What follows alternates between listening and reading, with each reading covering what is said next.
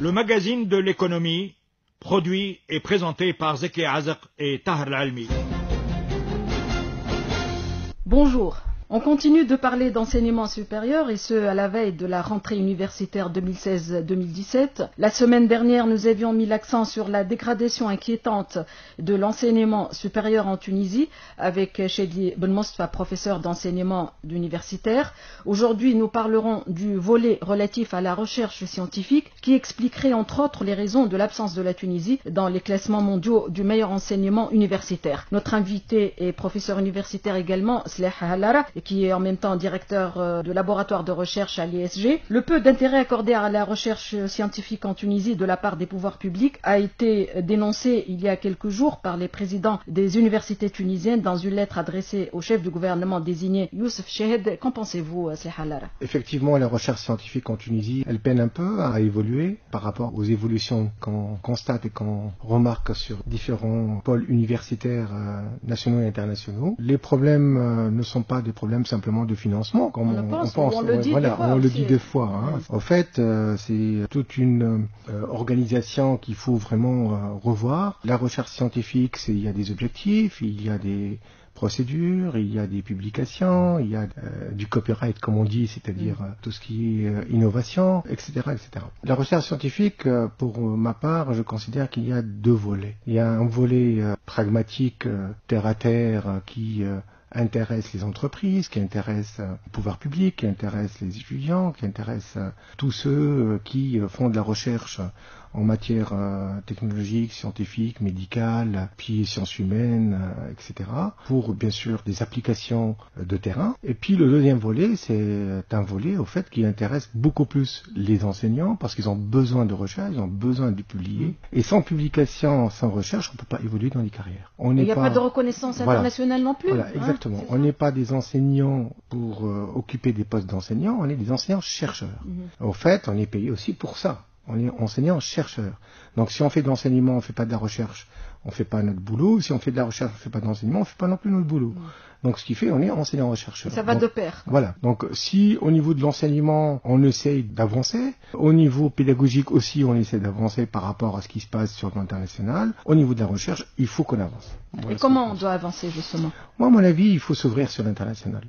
Il faut s'ouvrir, sur l'international, c'est-à-dire qu'il ne faut pas que les publications soient simplement à l'échelle internationale, mais simplement, il faut aussi que les laboratoires de recherche s'unissent, il faut qu'il y ait plus d'ouverture, il faut qu'il y ait des programmes communs. C'est à l'instar de ce qui s'est passé en Europe, dans le cadre de, bien entendu, des programmes Erasmus, des programmes de recherche communs entre les universités, d'échange d'enseignants entre les universités, etc., etc.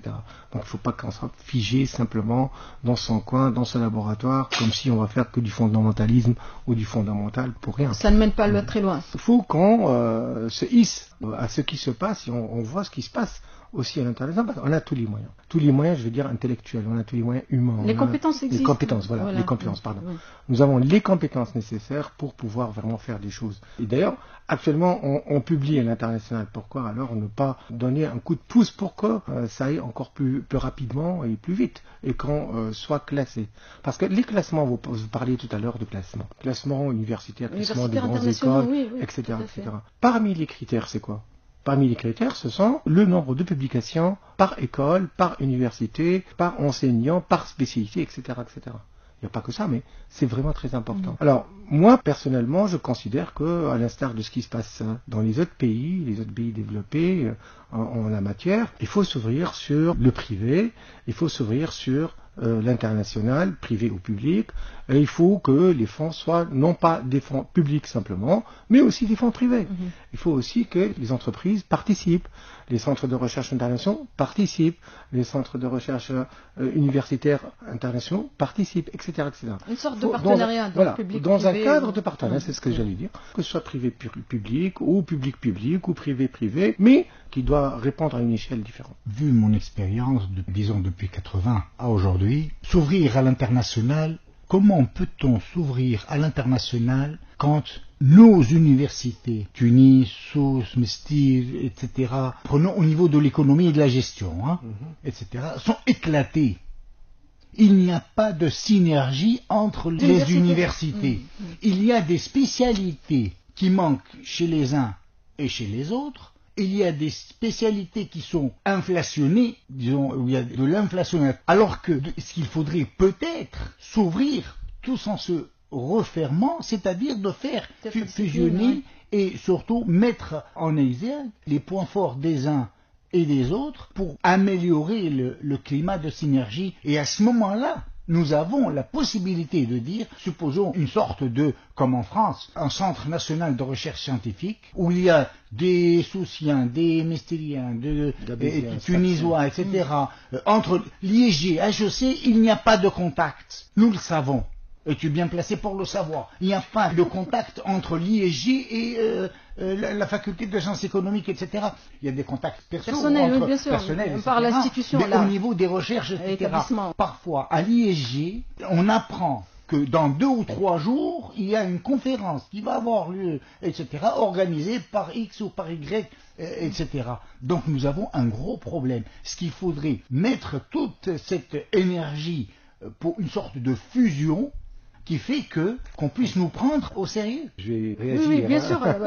Je suis pas entièrement d'accord, heureusement, hein, mais en tout cas, moi personnellement, je médite depuis longtemps, et puis je pense que le temps est venu, et il faut pas qu'on rate le cap là. Hein. Il faut donner de plus en plus d'autonomie à l'université. Honnêtement. Parce qu'elles sont pas autonomes, les universités, non, déjà au niveau de la gestion. Au niveau de la gestion. C'est-à-dire que chaque université doit être autonome. C'est une approche, hein, comme une autre. On peut aussi avoir une autre approche, qui est l'approche de contrôle par les budgets ou par ailleurs ou par les objectifs, comme on veut, c'est autre chose. Moi personnellement, c'est un avis personnel, hein, et heureusement je ne suis pas le seul à le dire, mais en tout cas, je pense que chaque université doit avoir son label. Et chaque université doit avoir suffisamment d'autonomie avec son président, son conseil, etc., suffisamment d'avoir d'autonomie pour orienter l'université, avec les facultés, les écoles, etc., qui en font partie, l'orienter vers une direction quelconque. Bien sûr qu'elle prenne ses responsabilités dans ces conditions. Autrement dit, créer une sorte, entre guillemets, de marché concurrentiel, de concurrence, hein, entre les différentes universités. Les universités qui sont développées à l'international, c'est comme ça, parce qu'ils sont concurrencés, ils sont mis en concurrence en matière de recherche scientifique, par rapport à des universités, bien sûr, étrangères. Nous, vraiment, on a des compétences. Des disparités entre différentes universités en fonction de la taille, etc., c'est normal, mais il faut, à mon avis, plus d'autonomie aux universités pour qu'elles puissent s'organiser et orienter, et qu'elles prennent leurs responsabilités. Chaque université doit prendre sa responsabilité pour dire, bon voilà, je suis arrivé ou je ne suis pas arrivé. Même au niveau du recrutement des enseignants. Moi, je suis actuellement à l'IEG, je peux dire, bon, si l'IHEC me propose autre chose, j'irai volontier à l'IHEC ou ailleurs. Et donc, c'est ce qu'il faut, à mon sens, c'est vraiment donner la possibilité d'encourager, mais aussi l'autonomie, contrôlée bien entendu, bien sûr, mais l'autonomie pour pouvoir avancer. Et ça, c'est très très très important. Vous avez parlé aussi, à l'instar du Centre national de recherche scientifique, etc. Moi, j'organise avec la collaboration de l'Institut privé de hautes études, mais aussi avec l'Université de Bordeaux, d'autres universités françaises et canadiennes, un centre international de recherche scientifique en matière d'innovation technologique et sociale. Ça touche l'innovation, la technologie, l'économie sociale, l'économie solidaire, ça touche vraiment un peu polyvalent là. Voilà. Oui. C'est qu'on a appelé Centre international de recherche scientifique, qu'on va bien sûr lancer le 15 septembre. Il aura lieu au lac 4, au siège de l'IHE. Et ce lancement sera organisé en présence du président de ce centre, qui est le professeur Gérard Ayoyen, qui va bien entendu officiellement présenter les objectifs, présenter aux enseignants, comme aussi aux entreprises, comme aussi bien entendu aux étudiants doctorants. L'accent sera mis aussi sur la formation en DBA, c'est-à-dire en Doctorate of Business Administration, autrement dit en doctorat professionnel. Et ça, en Tunisie, ça manque beaucoup, et en Tunisie, il faut qu'on développe cela. Il faut qu'on aille aussi vers le sens du professionnalisme du doctorat. Ça résoudrait, excusez-moi, un peu le problème de l'inemployabilité de nos diplômes. Parce que, bon, quand vous regardez un peu les chiffres, le nombre de postulants au doctorat est très important. Alors, l'État ou la fonction publique ne peut pas absorber tout ce nombre-là. Donc, même si on va dans les entreprises, on n'a pas cet aspect d'employabilité, l'aspect de pragmatisme, de technologie développée et bien entendu appliquée on ne peut pas vraiment être très Donc efficace. c'est un centre de recherche appliqué là. Oui, c'est beaucoup plus de l'appliqué, c'est beaucoup plus de l'appliqué, et en mon sens, ça va résoudre pas mal de problèmes, et j'espère que les entreprises... Et on n'a pas ce genre de centre de recherche. En matière d'innovation technologique sociale, c'est une première, et j'espère que les entreprises vont adhérer pleinement pour pouvoir aussi avancer ensemble, parce que c'est fait avec les entreprises et pour les entreprises, pour l'emploi en fait de compte, c'est pour l'emploi. Il a été lancé parce qu'il y a une demande. Il y a une demande, mais donc c'est bien étudié. C'est une innovation en tant que telle. Déjà, c'est une innovation. Donc c'est une première en Tunisie, c'est une innovation en tant que telle, et j'espère que ça va réussir. Il n'y a pas de quoi. Cette manifestation sera bien entendu complétée par une autre manifestation qui sera organisée le 29 septembre, où il va y avoir beaucoup d'invités, et là on va présenter une nouvelle approche pour l'entrepreneuriat. Comment cela? Voilà. Parce que cette approche? Voilà, on parle d'entrepreneuriat, on parle de création d'entreprises, on parle de séminaires, on parle de formation, on parle de ça, et c'est depuis une dizaine d'années, ou même plus. Une dizaine d'années, on fait de recherche en entrepreneuriat, en coaching, en leadership. Oui, mais la réalité, les chiffres, où est-ce que nous sommes arrivés? Moi, je peux vous donner un seul chiffre. Jusqu'en juin 2016, la création d'emplois en Amérique du Nord, États-Unis et Canada ont été assurées par les nouvelles technologies, n'ont pas été assurées par les secteurs classiques, industriels, commercial, agricole, conventionnés qu'on connaît, oui, voilà. Bien sûr. Donc ça a été assuré par qui? Par les secteurs en innovation technologique. Les nouveaux secteurs. Voilà, les nouveaux secteurs. Donc il faut mettre le cap sur ça. C'est pas parce qu'on veut avancer dans le même sens, mais simplement c'est une réalité économique. C'est pas question qu'on regarde on un veut peu faire ce qui se passe. copier ou on copie. C'est pas du copiage, c'est une réalité économique. Et donc il faut aller vers cette réalité économique. Il faut développer. Parce que dans quelques années, il y a des emplois qui existent aujourd'hui qui vont disparaître. Ce que nous sommes en train de regarder, entre autres, vous parlez un peu des emplois qui vont disparaître, mais ce que nous sommes en train de regarder et d'observer, c'est que il y a autant d'innovation sur le plan technique et technologique, et il y a aussi autant d'innovation sur le plan des approches de formation. Je vous donne un exemple. Vous enseignez par exemple l'économie, parce que j'ai en face de moi un économiste. Bien sûr, oui. Non, mais parce que j'ai en face de moi un économiste. Il va enseigner l'économie à la façon, bien sûr, de quelqu'un qui veut transmettre du savoir, un peu. Ça a évolué complètement avec un grand V.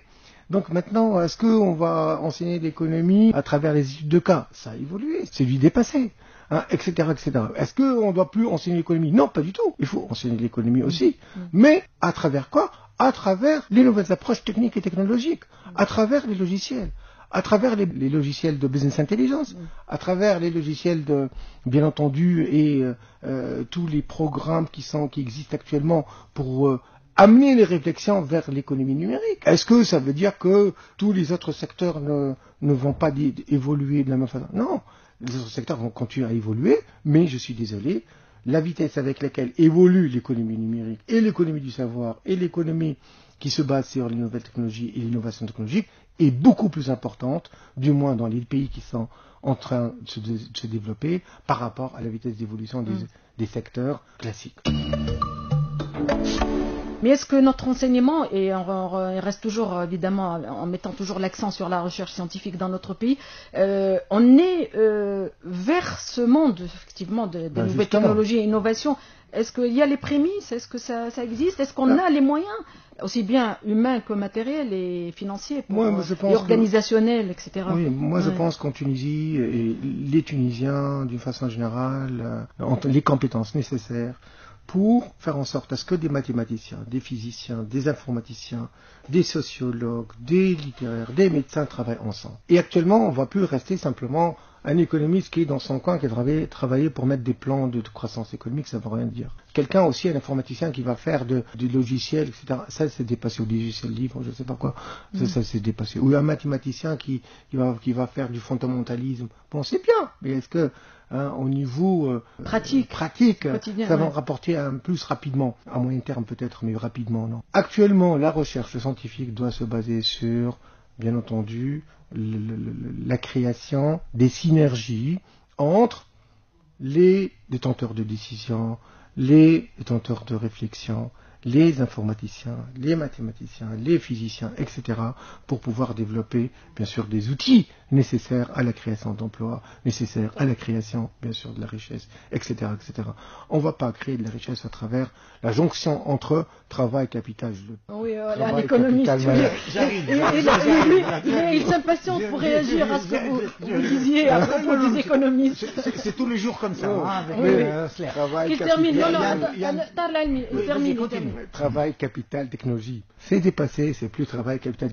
Et j'appelle ici de toute ma voix, ici, tous ceux qui sont dans la recherche scientifique, de s'armer, bien sûr, de patience comme il se doit, mais aussi de connaissances et bien sûr de pratiques avec différentes personnes pour pouvoir avancer. À Bestmod, rien que pour parler de Bestmod.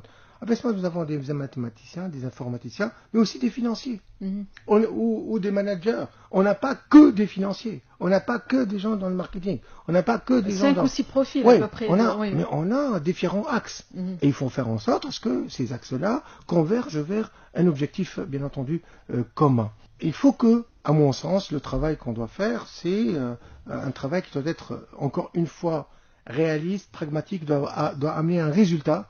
Et ce sont ces résultats qui vont montrer à tous les autres pour dire, voilà, nous sommes arrivés à des résultats. Vous voulez continuer, avancer avec nous, nous suivre, c'est bon, vous voulez pas suivre, il n'y a pas de problème. Mais nous, on arrive à des résultats. C'est ce qu'il faut, à mon sens, arriver à faire. On est dans un laboratoire de recherche, il faut qu'on arrive à des résultats avec ce laboratoire. Et c'est toujours pratique, il faut que ce soit pratique. Que de dire, moi je peux vous produire une vingtaine de thèses par an. Mais est-ce que ces vingtaines de thèses de doctorat, oui, pour avoir un niveau, bien entendu, de connaissances théoriques, académiques, bon, c'est bien, mais est-ce que au niveau de la méthodologie, de la recherche, etc., est-ce que ça va me permettre... Mais est-ce que ça va être utile à l'économie du pays ça peut être toujours utile à très long terme. Allez, moi, j'ai besoin aussi, voilà, moi, j'ai besoin du court terme, du moyen terme et du long terme. Je n'ai pas besoin que du long terme. Voilà, tout à fait. Allez. J'arrive. Ce que je dis est vrai, sauf que quand tu nous parles de l'exemple des États-Unis et du Canada, cela suppose au préalable la définition d'une stratégie industrielle, ce qui n'est pas le cas en Tunisie aujourd'hui. On est loin du compte. On n'a même pas de stratégie d'investissement. Aujourd'hui, je parle en Tunisie, il y avait une stratégie d'éthique pendant les années 90 ça a commencé 2000. Oui, mais tout s'est arrêté le 14. Il faut donc ou bien reprendre la stratégie et la modifier, l'ancienne, ou redéfinir une autre stratégie, d'abord. Deuxième élément, pour qu'il y ait de la recherche dans le sens de ce que tu viens de dire, c'est absolument fantastique. Appliqué pour les connaissances et pour l'application immédiate, aujourd'hui, avec les entreprises, avec les institutions publiques, privées, etc., etc. Il faudrait que la formation initiale des futurs chercheurs soit assurée. Or, pour que cette formation soit assurée, il faut reformer les formateurs. Parce que tu sais très bien que les cours, c'est du copier-coller, etc., pour certains. Mais il faudrait qu'il y ait des cycles de formation pour mettre à niveau nos collègues, surtout les nouveaux, aux nouvelles technologies numériques. Nous étions il y a quelques semestres avec le tableau et la craie. Pas nombreux les collègues qui utilisaient le data show, etc., avec ordinateur, etc., etc. Autre chose aussi, il faudrait que peut-être, je l'ai appris à mes dépens d'ailleurs, j'avais 2 stagiaires, je voulais faire une spécification économétrique sur un logiciel, Stata, etc. Les étudiants que j'ai eus, ils connaissent le Stata, mais ne savent pas l'utiliser. C'est-à-dire le passage de traitement de données d'un truc vers un machin, etc., et ils n'arrivaient pas. Avec le résultat, parce qu'ils n'ont pas pu le faire à l'université ou à la fac. Alors que la formation, ils connaissent très bien Stata. Et pourquoi ils n'ont pas pu le faire?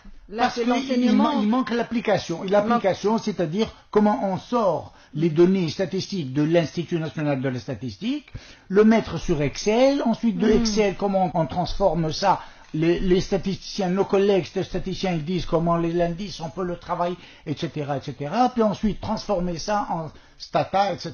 Ça, ils ne savent pas le faire. Mais la procédure, ils la connaissent, mais dans la pratique, en fait... C'est la faiblesse de l'enseignement à ce moment-là, de la formation. Non, c'est pas une faiblesse. Un problème de moyens. Voilà, un moyen dans les facultés absolument. tunisiennes. Donc, il faudrait que la formation des formateurs. Je réagis. Oui, bien Donc, sûr.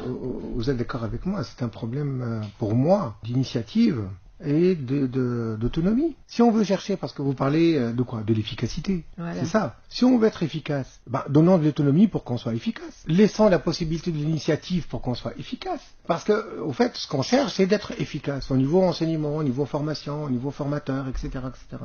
D'accord, il n'y a pas de problème. Je suis d'accord, je suis entièrement d'accord. Si, bien entendu, et ça on le sait très bien, nous, si ça ne marche pas sur un plan macro, il faut que ça marche sur un plan micro. Donc, commençons par l'efficacité au niveau des rectorats, au niveau des universités, des présidences d'universités, au niveau bien entendu, des facultés, et puis après, allons vers le reste. Donc, est-ce que une politique générale qui va permettre, bien sûr, de gérer tout ça, on sait très bien que ça va prendre beaucoup de temps. Or, le temps, on n'en a plus, malheureusement.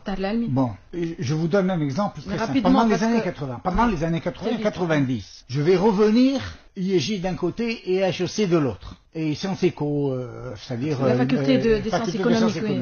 Chacune de ces institutions avait son programme en économie, je parle de l'économie, micro, macro, économétrie, économie internationale, etc., finance internationale, etc. Chacun avait un cursus global, mais chaque institution le gérait à sa manière.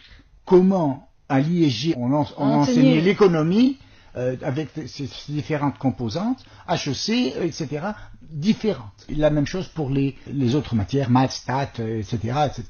Et il y avait une compétition acharnée entre l'IEG et HEC. Tu es bien placé pour le savoir. Après, il y a eu le LMD. Tous les programmes sont uniformes et identiques. D'ailleurs, aussi bien au niveau du public aujourd'hui, au public, au privé, etc. C'est-à-dire que la première semaine de février, dans une université privée que je ne nommerai pas, va enseigner exactement la même chose, le cours de micro 2 que HEC public, IEG, public, GEDS, etc. Il n'y a plus cet esprit de compétition qui fait que vraiment il y avait une bataille. Donc là, l'autonomie, pas budgétaire, etc. Non, ça c'est une autre histoire. Ça, je ne veux pas rentrer dans ces... mais c'est au niveau de la formation à l'intérieur, le contenu, l'autonomie pédagogique. Exactement. À ce moment-là, et nous avons les conseils scientifiques, mais ça sert à quoi? Pour surveiller, encadrer tout ça. Absolument. Donc l'autonomie, c'est à ce niveau-là. Mais question autonomie budgétaire, peut-être organisation, administration. L'université on a besoin. Tout est lié, mais tout est lié. Je pense que on ne peut pas séparer. Et on termine avec ça. On ne peut pas séparer cet aspect de l'autre aspect. Mais moi, je pense qu'il faut injecter une dose d'innovation, une dose de créativité, une nouvelle gouvernance, en fait, absolument, de créativité dans l'esprit de nos universités. Pour que ça colle beaucoup plus à la réalité tunisienne. Je voudrais revenir sur un point qui est très particulier. Il faut que l'université, publique et privée, pour le privé, il n'y a pas de problème parce que l'ouverture, elle est évidente. Ça dépend des universités, et on voit qu'il n'y a qu'à voir le classement des universités. Mais il faut que les universités s'ouvrent à l'entreprise. Il faut que l'État permettre aux universités d'avoir des contrats de programme, de sponsoring, de soutien budgétaire. C'est peut-être l'autonomie, etc. D'accord. Bien sûr, l'État va contrôler le dinar qui rentre et qui sort. C'est normal, parce que c'est de la comptabilité publique. Parce que l'institution, et d'ailleurs l'université privée aussi, elle est contrôlée, de toute façon, ça c'est normal, mais il faudrait qu'il n'y ait pas de contrôle a priori, qu'on laisse les gens travailler, bosser, prendre des contrats, faire des trucs, etc. Et à la fin du mois, ou de l'année universitaire, c'est-à-dire le 31 juillet, on se dit, bon, maintenant, qu'est-ce que nous en sommes? Où est-ce que nous en sommes? Le dernier mot, on a terminé, on a fait le tour de la question rapidement. Le dernier mot, je ne suis pas pessimiste, je suis toujours optimiste. Il faut surtout à la veille d'une rentrée universitaire. Oui, voilà. Ok. Merci beaucoup, Sleh Dina Lara. Je rappelle que vous êtes professeur universitaire, directeur de laboratoire de recherche à l'ISG, l'Institut de gestion de Tunis. Merci, chers auditeurs. Le magazine de l'économie, produit et présenté par Zeki Azak et Tahar Al-Almi. Radio Matin, la matinale de RTCI.